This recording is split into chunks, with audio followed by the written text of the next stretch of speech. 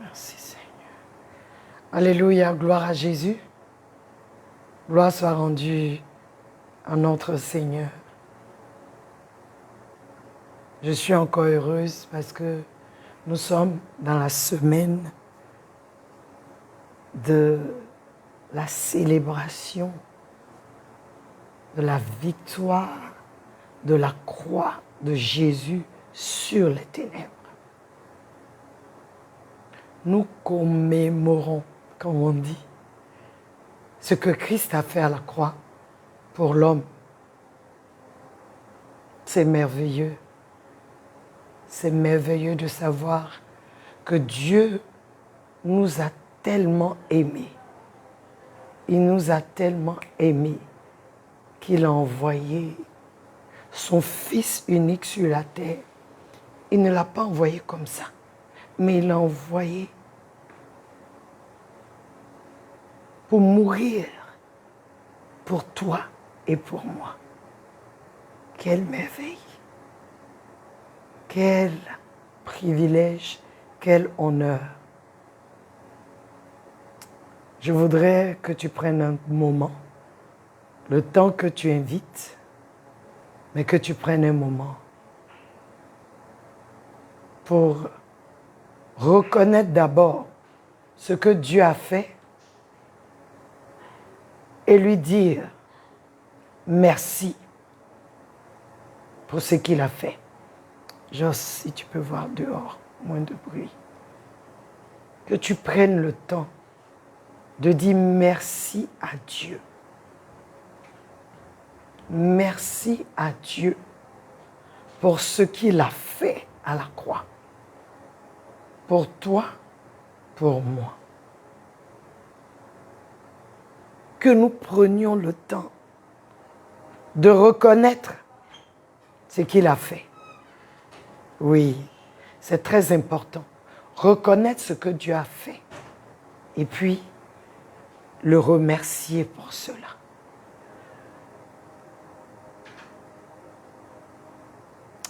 Je te dis merci Seigneur. Je te rends grâce pour ta bonté envers moi. Ce que tu as fait, je ne comprends pas encore tout ce que tu as fait. Le peu que je comprends est tellement grand que je ne peux me permettre d'être ingrate, même d'oublier qu'un jour, tu as sauvé mon âme. Sois élevé, sois glorifié, sois magnifié, sois béni, toi qui règnes pour l'éternité, toi qui es Seigneur, reçois la gloire, la magnificence.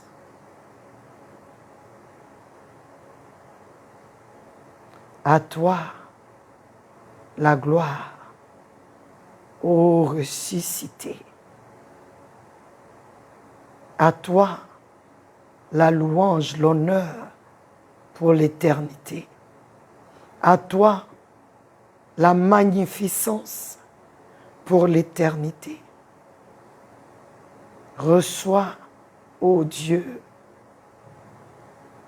la louange provenant de mon cœur.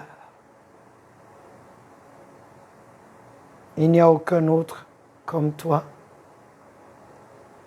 Aucun autre qui puisse se mesurer à toi. Tu es le seul capable de changer la vie d'une personne, de la mort à la vie. Tu es le seul capable de changer en bien la destinée et la destination de l'homme. À toi soit la gloire, À toi soit l'honneur. Béni es-tu, Dieu d'Abraham, Dieu d'Isaac, Dieu de Jacob, le Père de notre Seigneur Jésus-Christ, notre Père. Merci pour ce moment. Prends la place et visite chacun d'entre nous au nom de Jésus. Amen. Amen. Amen. Gloire au Seigneur pour sa grâce qui nous a localisés un jour et qui a changé nos vies, qui a transformé nos vies. À celui qui est assis sur le trône,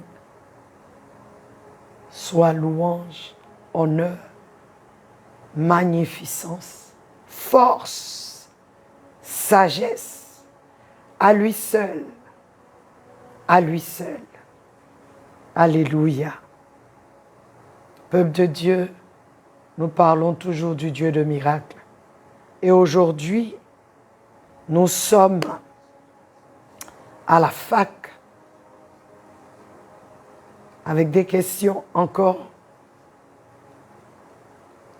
Et nous avons enseigné le mardi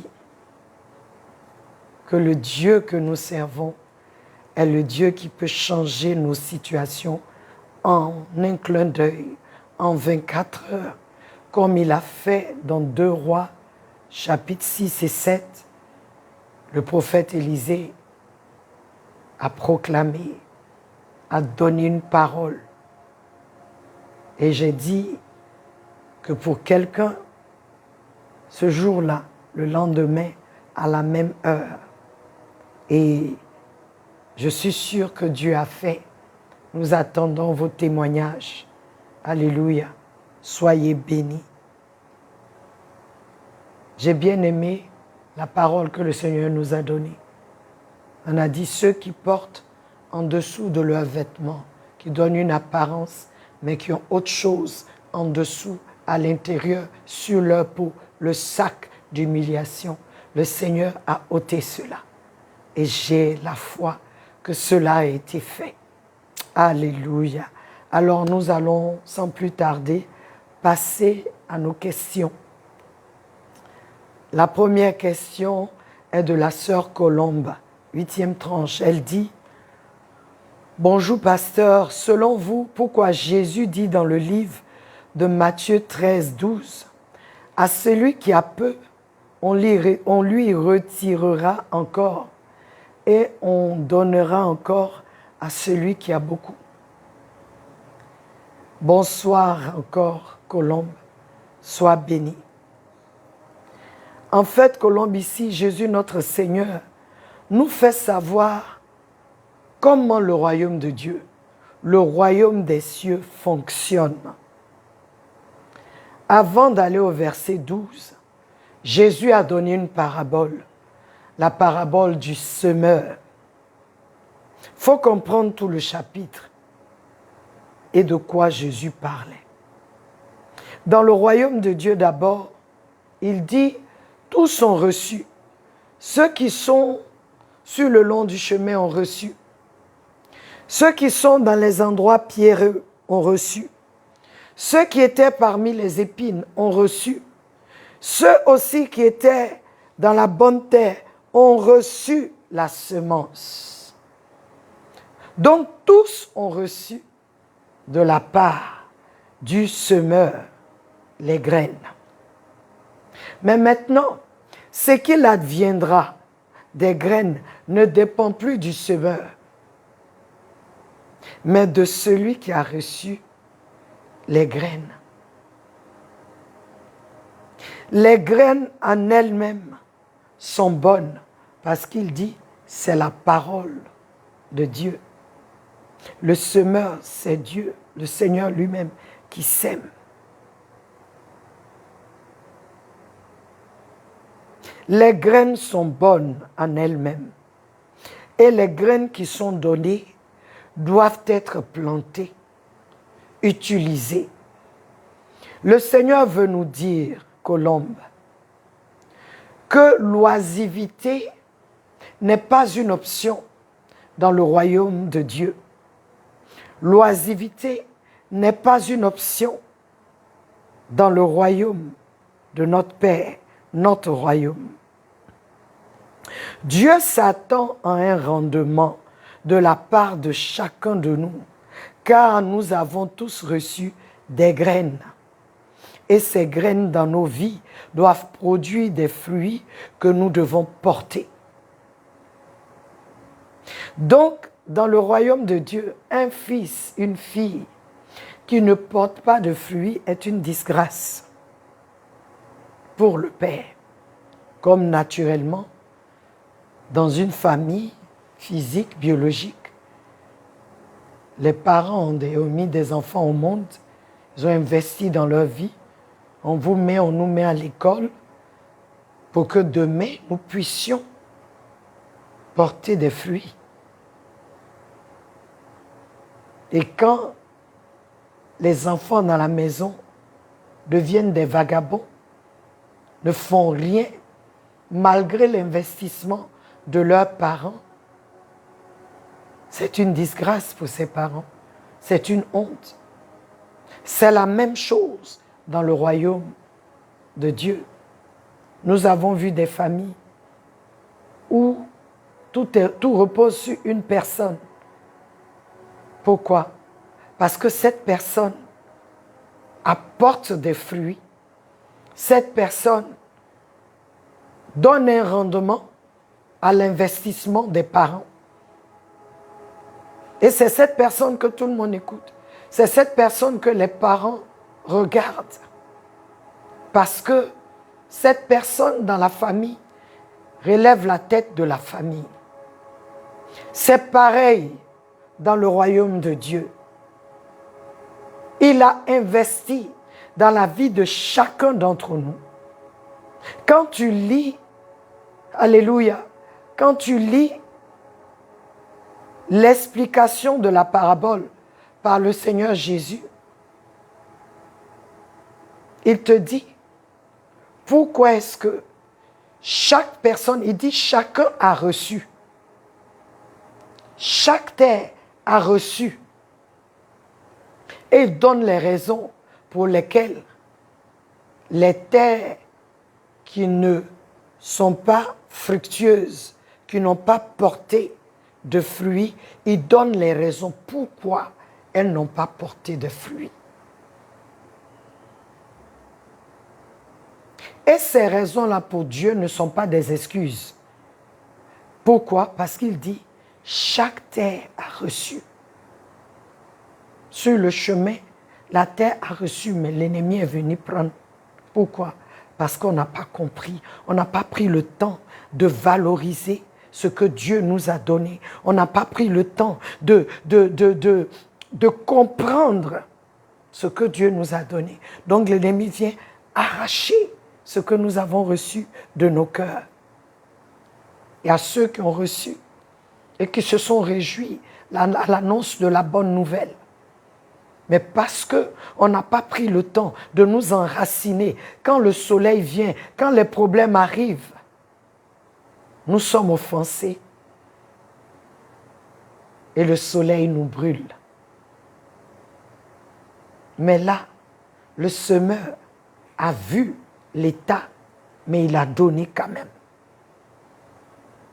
La troisième terre parmi les épines, on a reçu, mais on est plus intéressé par les choses de la vie. Il dit quand les soucis, les richesses de la vie, ces choses se lèvent, nous sommes plus focalisés sur ça que sur ce qu'il nous a donné, qui peut nous enrichir, qui peut nous élever. Donc demain, ce ne sera pas une raison valable devant Dieu. Et la quatrième terre, il dit c'est celle qui a reçu, qui a compris et qui a pratiqué. Cette terre-là, elle porte des fruits.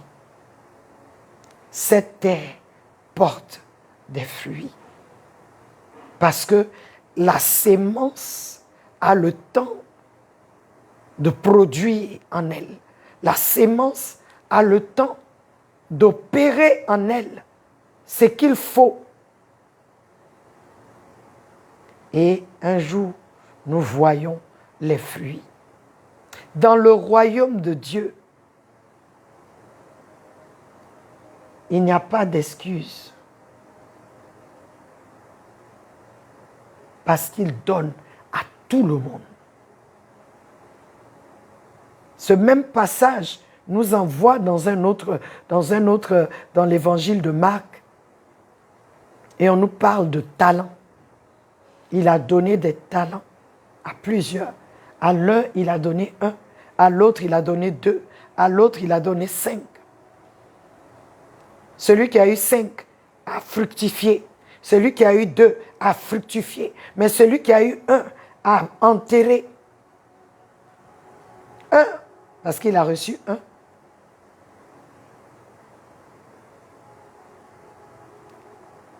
2, il a trouvé que le maître moissonne, ou ça dit le maître fait travailler les autres, quoi. Il a jugé que le maître n'était pas bon. Il a jugé que celui qui lui a donné, le talent qu'il lui a donné là, n'est pas bon. Comme nombreux parmi nous. Nos yeux sont sur les talents des uns et des autres, au lieu de voir ce que Dieu nous a donné et de cultiver cette chose-là, d'améliorer cette chose, de travailler. Non, nous regardons pour les autres. Ce qui fait que nous n'arrivons pas à porter les fruits, pendant que les autres, celui qui a eu 5, multiplie. Il a 10, quand le maître vient, il lui montre 10. Ce que tu m'as donné, j'ai fait et j'ai eu 5 de plus. Ce que tu m'as donné, j'avais 2, j'ai fait encore, j'ai eu 2 de plus. Dis au moins ce que tu m'as donné, 1, j'ai travaillé puis j'ai eu 1 de plus. Mais non. Il n'y a pas de paresseux dans le royaume de Dieu. C'est pourquoi Colombe, il dit que celui qui a plus, là, celui qui n'a pas, même ce que tu as là, on va t'arracher pour donner à l'autre. Pourquoi? Parce que lui, il a pu fructifier. Dieu peut lui faire confiance. Il peut faire confiance à une telle personne. Parce que la personne a pris le temps. La personne l'a respecté lui d'abord. La personne a pris le temps de comprendre et de mettre en valeur. Parce que c'est la graine qu'on lui a donnée.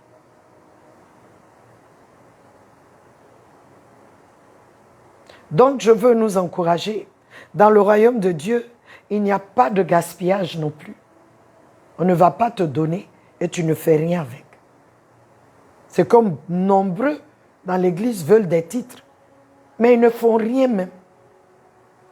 Seulement ils veulent des titres. Mais ce n'est pas le titre qui va te sauver. C'est ce que tu fais avec le titre. Quand je dis va te sauver, ça dit ta récompense. Mais je voudrais que nous sachions que Dieu a donné à chacun selon ce que chacun peut faire. Donc si tu t'assois sur le don de Dieu, ce don ne te servira plus. Ce don ne peut plus être une bénédiction pour toi. C'est ça en fait. Les autres seront bénis, mais toi tu ne seras pas béni. Toi tu ne rentreras pas dans cette bénédiction qui vient du don que Dieu t'a donné.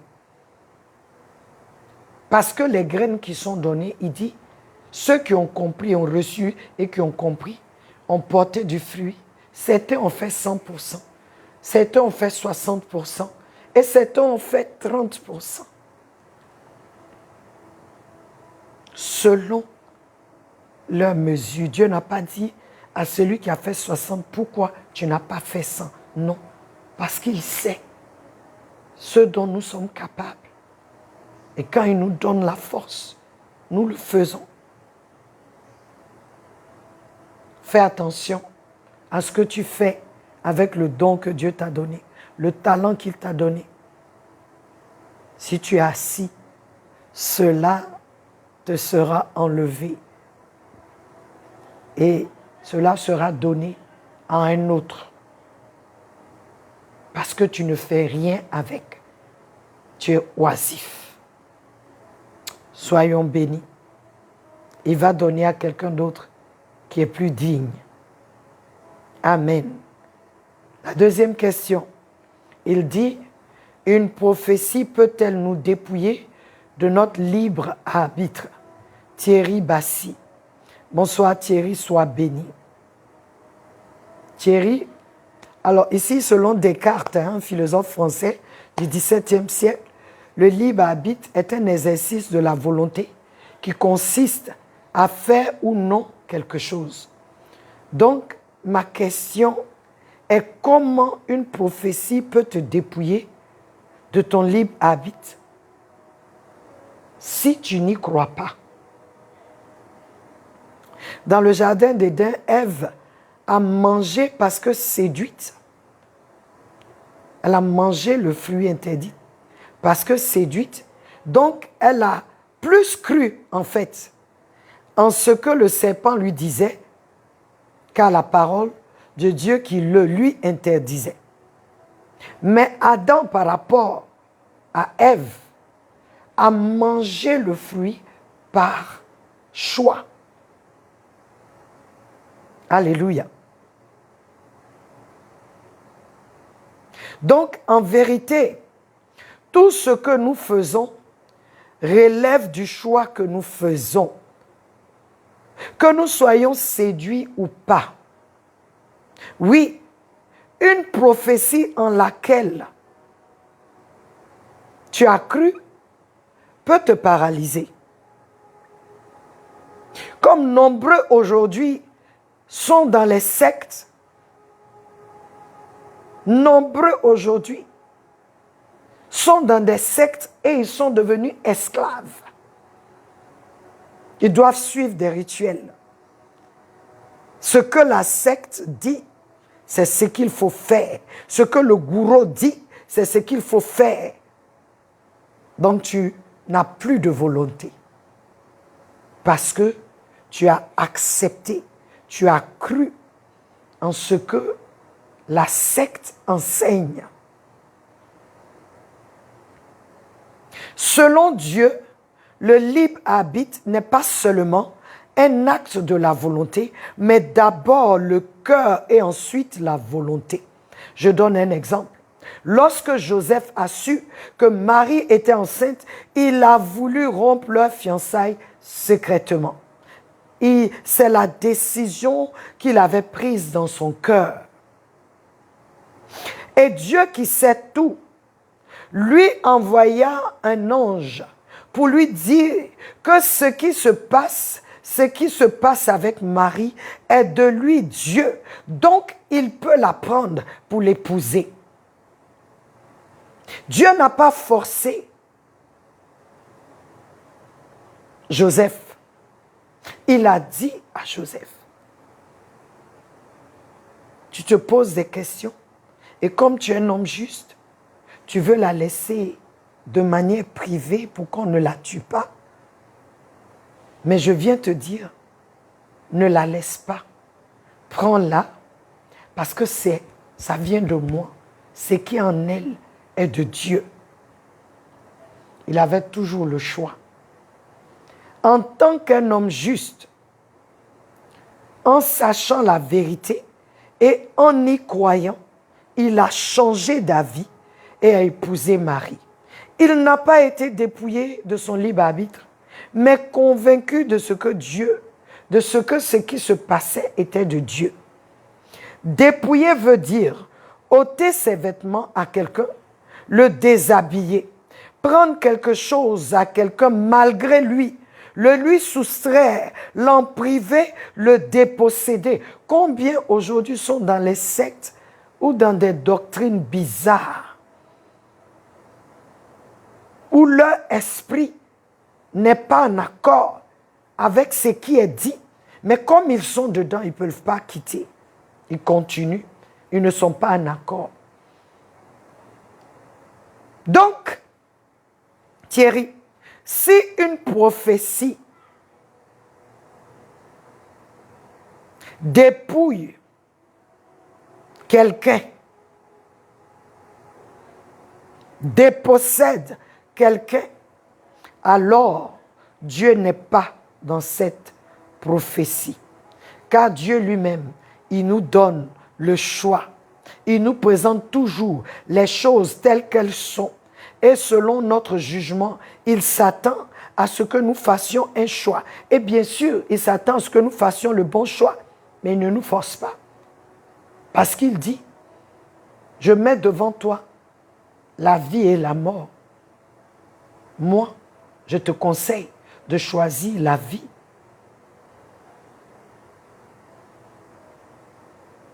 Mais il ne nous impose pas. Il ne nous impose pas. Donc, toute prophétie qui a pour but de dépouiller, éloigne-toi d'elle et rejette-la. Elle n'est pas de Dieu. Je sais qu'il y a des gens qui viennent, qui se disent prophètes de Dieu, et ils donnent de ces paroles-là,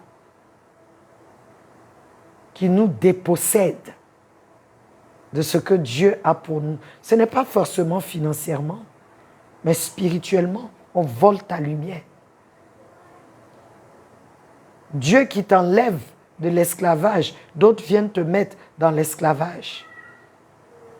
Le Seigneur veut que nous ayons le discernement. Et le discernement est un don du Saint-Esprit. Donc si tu es sur le joug ténébreux, alors le Saint-Esprit ne peut pas te forcer. Il faut que tu demandes à Dieu. Faites la différence entre les faux prophètes et les vrais prophètes, entre les bonnes prophéties ou les vraies prophéties, je dirais, et les mauvaises prophéties.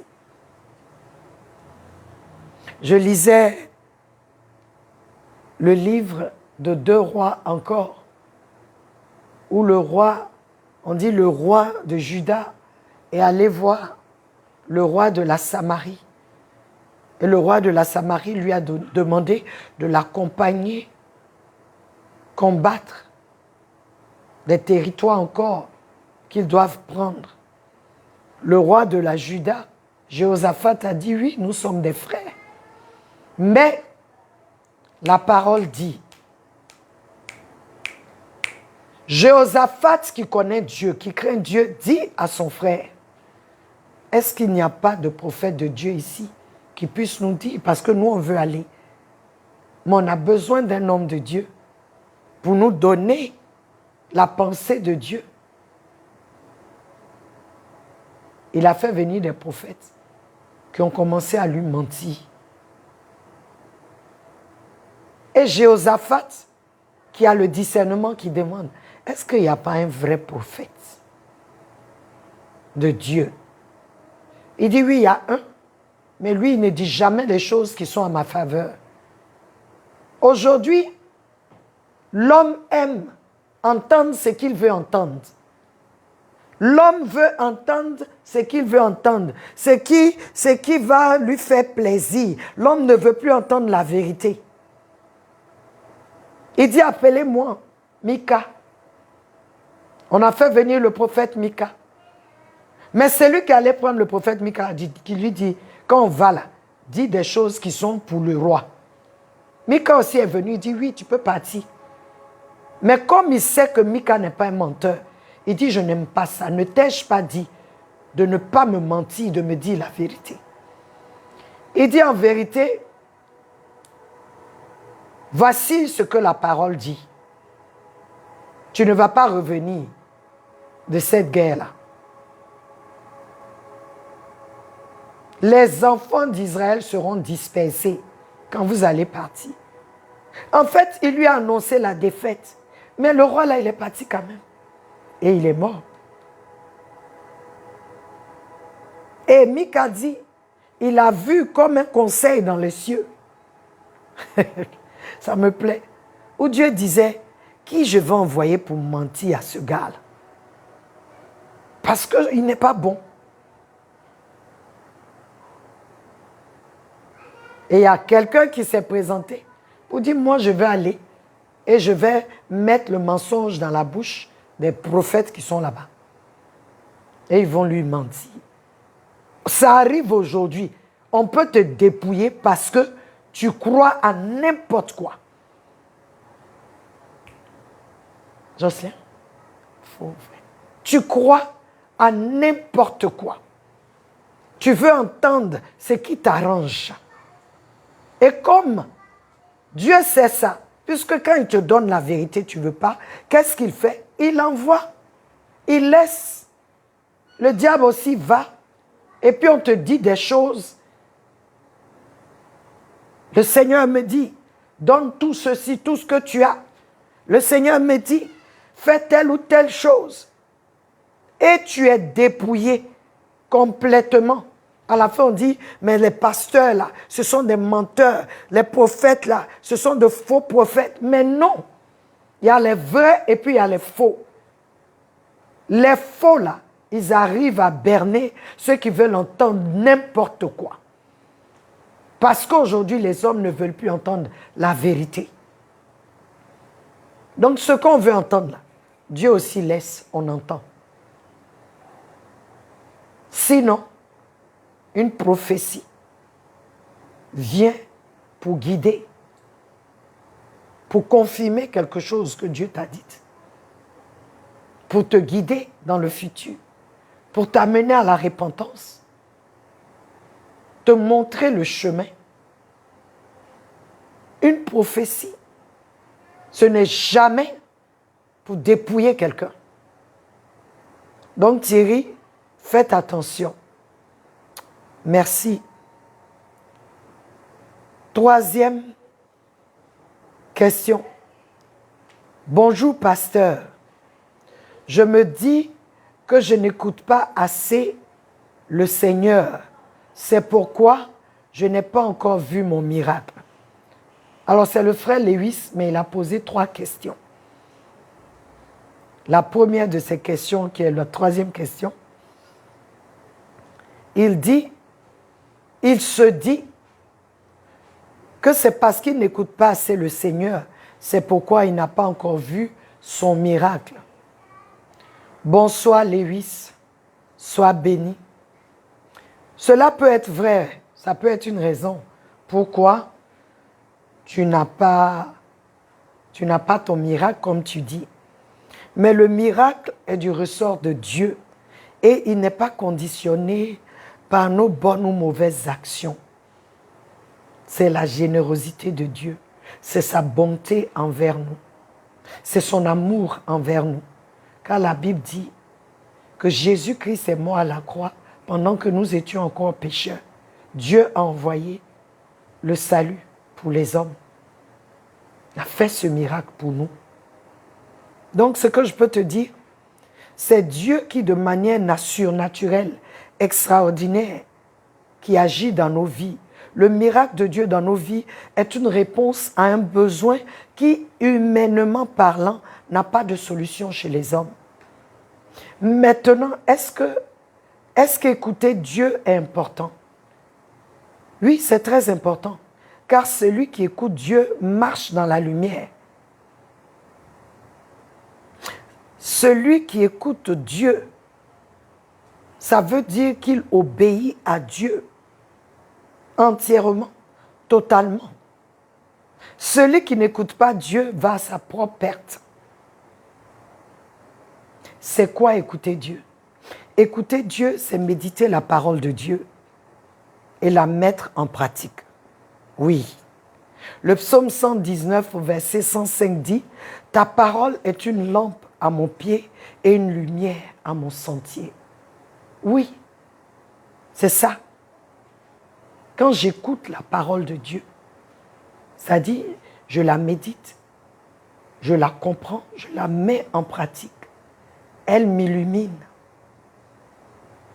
Elle illumine mon être entier. Le même psaume au verset 130 dit que l'entrée de ta parole, c'est-à-dire la compréhension, la pénétration de ta parole dans mon être, illumine mon être. Donc, écouter la parole, écouter Dieu est très, très important. Ça te dispose à beaucoup de choses, beaucoup de privilèges, à la faveur de Dieu. Ça te dispose à la bénédiction. Ça te protège, ça te préserve, ça te garde. Alléluia. Il faut écouter Dieu. Et la question encore, quatrième question, il dit, je voulais savoir si Dieu est notre petite voix intérieure. Il a mis entre parenthèses, intuition. Cette petite voix intérieure qu'on entend souvent, notre intuition. Lewis, l'intuition, c'est cette forme de connaissance immédiate, cette forme de connaissance immédiate qui ne recourt pas au raisonnement. Le sentiment ou une conviction de ce qu'on ne peut vérifier, de ce qui n'existe pas encore. Dieu n'est pas cette petite voix-là. Il n'est pas notre intuition. Mais il communique avec cette partie de nous. C'est dans l'intuition que nous connaissons ce qui n'est pas enseigné par le physique, ce qui n'est pas enseigné par l'extérieur. C'est dans l'intuition que nous connaissons ce que le commun d'un mortel ne connaît pas. Ce qui nous est révélé par le Saint-Esprit, ce qui nous est enseigné par le Saint-Esprit, c'est dans l'intuition que nous connaissons.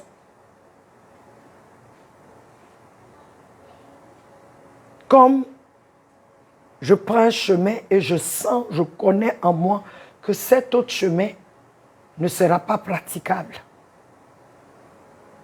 Mais ce n'est pas le GPS qui me l'a dit. Ce n'est personne d'autre.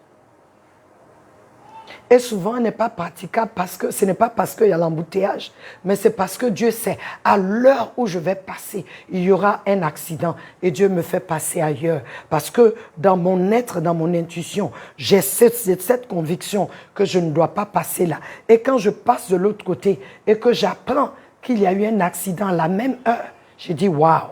Quand je passais, je voulais prendre ce chemin. Mais en moi, j'ai eu quelque chose, j'ai ressenti qu'il ne faut pas aller. C'est ça l'intuition. Mais c'est Dieu qui a parlé à mon intuition. Il n'est pas cette petite voix. Il peut venir comme cette petite voix, comme la parole nous parle. Lorsque le prophète Élie a fui, quand Jézabel voulait le tuer, il a fui. La Bible dit qu'il se retrouvait là où il devait être, à la cave. Il y a eu le vent, il y a eu le feu. Dieu n'était pas dans tout ça. Il y a eu une petite voix, une petite brise et une petite voix qui lui a parlé. Et c'était Dieu qui lui parlait. C'est de nous dire, Dieu vient souvent comme un vent fort. Il vient souvent comme le feu. Donc il est Dieu. Il s'appelle Je suis. Il peut prendre toute forme qu'il veut. Il peut parler avec toutes les voix qu'il veut. Parce qu'il est celui-là qui nous a donné les voix. Qui a donné les voix. Il a fait don de la voix à chacun de nous. Parce que lui, Dieu, il parle. Il peut utiliser une grande voix tantôt. Il peut utiliser une petite voix. Il peut venir avec... il peut te parler comme le tonnerre qui gronde. Il peut faire tout ça. Mais il n'est pas ça. Il est Dieu. J'aime bien ça. Il est Dieu. Il peut venir comme il veut. Mais c'est lui qui parle à notre intuition. C'est lui qui communique à notre intuition. Alléluia. Et la dernière question, Lewis dit, et comment reconnaître la voix de Dieu? Merci. Lewis, la voix, le moyen le plus sûr,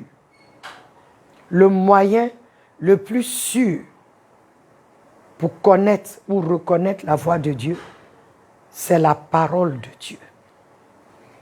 Oui, Lewis. C'est la parole de Dieu. Parce que c'est dans sa parole qu'il se révèle. C'est par sa parole qu'il se montre à nous. C'est par sa parole qu'il nous parle. C'est par sa parole qu'il nous guide. C'est sa parole. Le moyen le plus sûr. C'est pourquoi la parole déclare que la prophétie la plus sûre, c'est la parole de Dieu.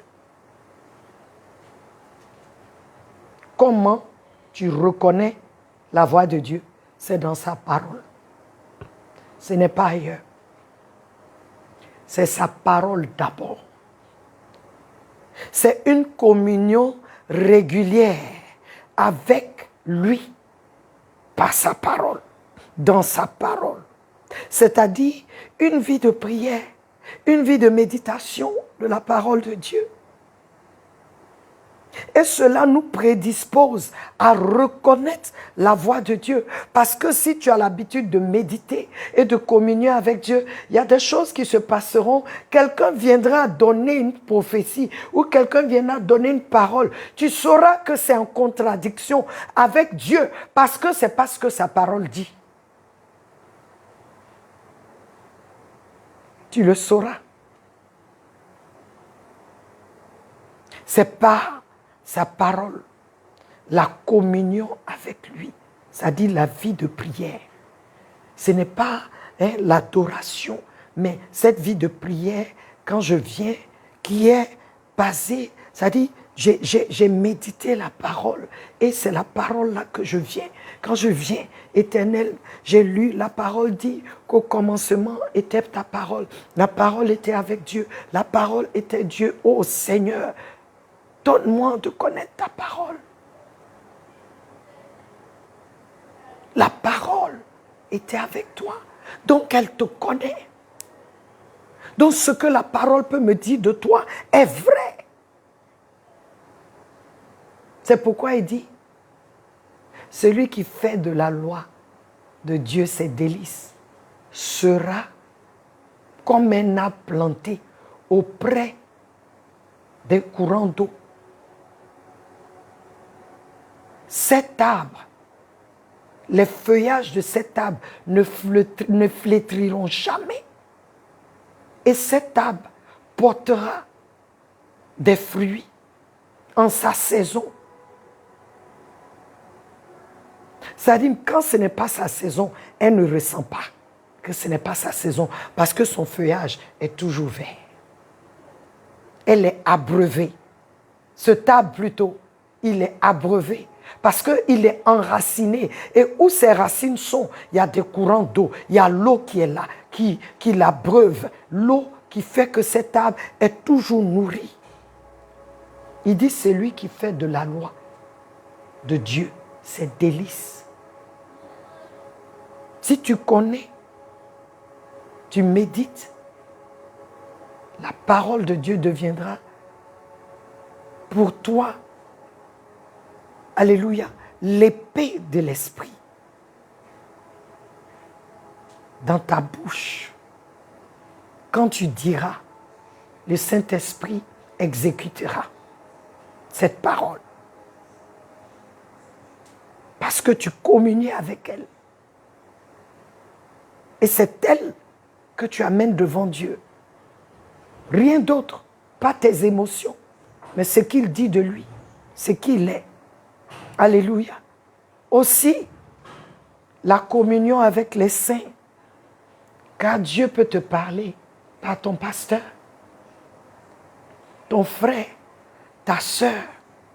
Je vais lire ce psaume pour terminer. Le psaume 73, au verset 17. Voici ce que David dit pour que tu comprennes. Psaume 73, verset 17. D'abord, je commence au verset 1. Il dit, « Oui, Dieu est bon pour Israël, pour ceux qui ont le cœur pur. Toutefois, mon pied allait trébucher, mes pas étaient sur le point de glisser, car j'étais jaloux des vantards en voyant le bien-être des méchants. Rien ne les tourmente jusqu'à leur mort et leur corps prend de l'embonpoint. Ils n'ont aucune part aux souffrances humaines. Ils ne sont pas frappés comme le reste des hommes. C'est pourquoi ils se parent de l'orgueil comme d'un collier. La violence les enveloppe comme un manteau. Leurs yeux ressortent dans un visage plein de graisse. Les mauvaises pensées de leur cœur débordent. Ils ricanent et parlent méchamment d'opprimés. Ils profèrent des discours hautains. Leur bouche s'attaque au ciel et leur langue balaie la terre. Voilà pourquoi son peuple se tourne de leur côté. Il boit leurs paroles avidement comme de l'eau. Il dit: comment Dieu pourrait-il savoir? Y a-t-il de la connaissance chez le Très-Haut? Voici comment sont les méchants, toujours tranquilles, ils augmentent leur richesse. C'est donc pour rien que j'ai purifié, il dit lui, mon cœur et que j'ai lavé mes mains en signe d'innocence. Chaque jour, je suis frappé, tous les matins, je suis repris. Si je disais, je veux parler comme eux, alors je trahirais tes enfants. Quand j'ai réfléchi pour comprendre cela, la difficulté a été grande à mes yeux, jusqu'au moment où je suis entré dans les sanctuaires de Dieu et où j'ai prêté attention au sort final des méchants. Oui, tu les places sur un terrain glissant, tu les fais tomber dans la ruine. Et voilà, en un instant, ils sont détruits, ils ont disparu, anéantis par l'épouvante. Comme un rêve qui se dissipe au réveil, Seigneur, à ton réveil, tu repousses leur image. Vous comprenez?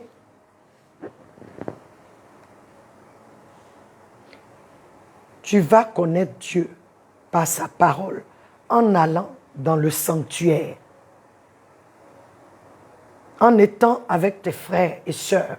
C'est là que tu comprendras, c'est là que tu entendras, c'est là que tu verras. Mais en premier, médite. La parole de Dieu est le moyen le plus sûr de reconnaître la voix de Dieu. Et n'oublions pas, le Saint-Esprit de Dieu, c'est lui qui nous convainc. C'est lui qui nous convainc. Frères et sœurs, notre temps prend fin. Alors, il y a une question. Que dit la question? Comment reconnaître son don? Comment reconnaître son don? Alléluia. La sœur Kadi, comment reconnaître son don? Il y a d'abord, c'est en toi, Kadi. Il y a quelque chose que tu aimes faire. La chose dans laquelle tu prends plaisir, d'abord. C'est-à-dire, tu t'épanouis en faisant cette chose. C'est facile. Je donne un exemple. Quelqu'un qui a le don de guérison. C'est quelqu'un, très souvent, qui a de la compassion pour ceux qui sont alités, ceux qui sont malades. C'est-à-dire quelqu'un qui veut toujours subvenir aux besoins, qui cherche toujours les moyens, qui veut prier. Et cette personne, quand elle commence, elle a ce fardeau, elle commence à prier pour les malades, il y a des choses qui se passent. Les malades guérissent. Alléluia. Et souvent, elle ne sait même pas que le fait seulement d'embrasser quelqu'un, oh mon frère, Dieu t'aime, ma soeur, Dieu t'aime, tu as communiqué quelque chose à la personne.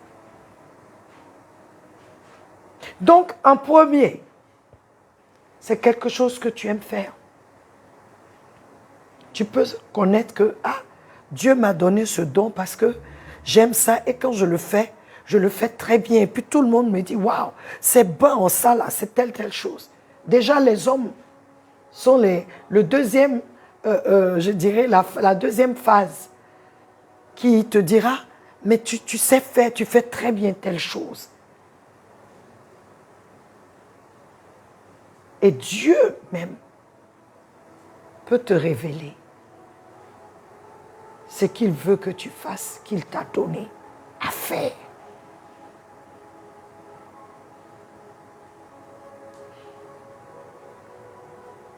Donc quand tu vas, Kadi, dans la parole de Dieu et que tu commences à prendre ce temps avec Dieu, tu verras les choses que tu aimes faire. Comment est-ce que ces choses-là, c'est-à-dire sont appréciées des uns et des autres. Je te donne mon cas. On m'a dit que j'ai le don de guérison. Mais comme j'avais dans ma tête que je ne veux pas prier pour quelqu'un et la personne ne guérit pas, donc moi, je n'ai pas ce don. Mais je me suis souvenu que quand je me suis mariée, même avant de me marier, toute personne malade, je serai à côté de la personne jusqu'à ce que la personne se sente bien. Mes paroles, les actes que je posais, ramenaient ces personnes-là, donnaient, c'est-à-dire, guérissaient ces personnes sans que je ne m'en rende compte. Quand je me suis mariée, mon mari avait des problèmes de dos. Et moi, j'ai vu la parole qui dit, tu imposeras les mains aux malades et ils seront guéris. On était tout jeunes, 26 ans, 27 ans. J'ai imposé ma main. J'ai dit, voici ce que la parole dit. Alors j'impose ma main. Jusqu'à présent, ça fait 28 ans. Mon mari ne se plaint plus de maux de dos. Le Seigneur l'a guéri.